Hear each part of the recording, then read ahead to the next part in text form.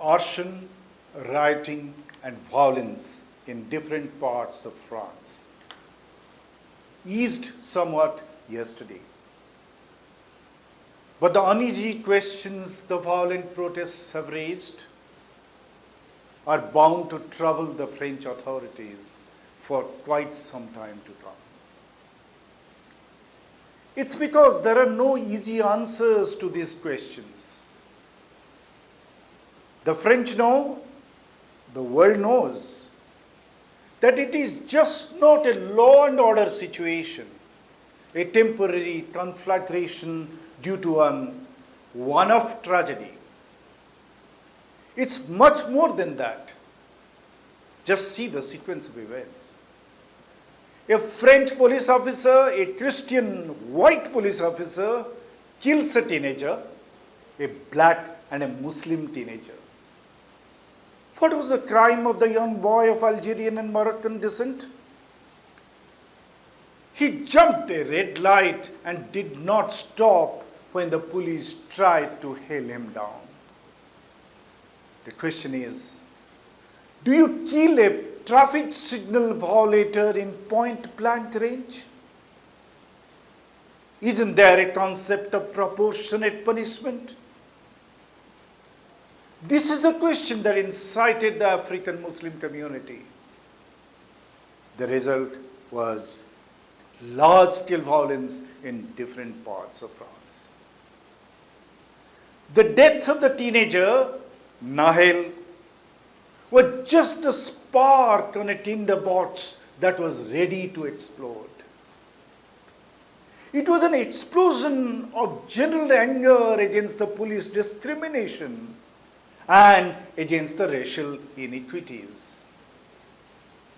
The question that comes to everyone's mind: what was the chance that the same policeman would have fired at a white young man in place of that black man at the wheel jumping the traffic signal? The chances of that happening were virtually nil. But a black Muslim boy was easy fodder. This patent racism and communalism has created deep-seated alienation among the racial and religious minority in France for a long time. That anguish erupted as if these black Muslims have no stake in the system.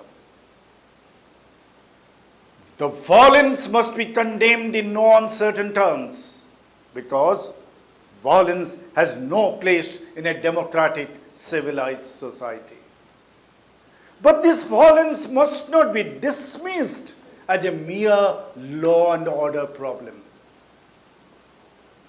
Some harebrained man tweeted that if Yogi Adityanath were the French president, he would stop the violence in 24 hours.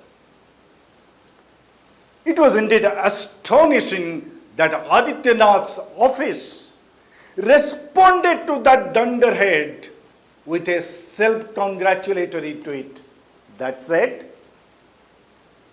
"Whenever extremism fuels riots, chaos engulfs, and law and order situation arises in any part of the globe, mind you, globe, the world sits solace and yearns for the transformative yogi model of law and order established by Maharajji in Uttar Pradesh." Mind you, this is Adityanath's office tweeting. What hubris of a vassal calling a political leader in a democratic country as Maharajji and presenting the Jodi model to the world. What is this Jodi model? The essence of that model is just throw the rule book to the back burner, resort to the culture of shootings and fake encounters. If the accused in a violent case happens to be a Muslim, then demolish the house of that man. Let us ask ourselves, how many houses of Hindu culprits been demolished by the bulldozers of this strong man politician? If patent communalism is held as a model for maintaining law and order, then our country as a democracy is damned.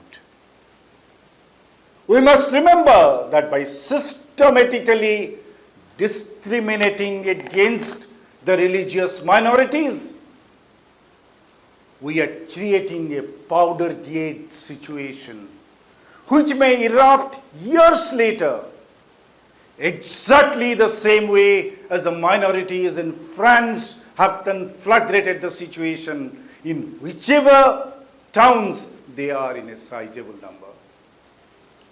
We peace-loving Indians will then be left to rue the dire consequences of the bigoted, prejudiced and communal Yogi model, just as peacekeeping French people are today facing the consequences of a racist and communal acts of the French establishment.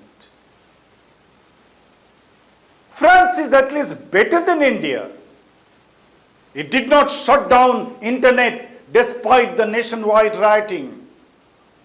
The French president condemned the patently racist attack on the black teenager by the policeman there. But in our country, smaller leaders will applaud, and the supreme leader would remain silent when the state officials single out minority community members' houses for demolition. There is no gainsaying that we have a more communal establishment in office today than that is in France. We may consequently end up suffering bigger consequences of our present communal stance than what we witnessed in France last week.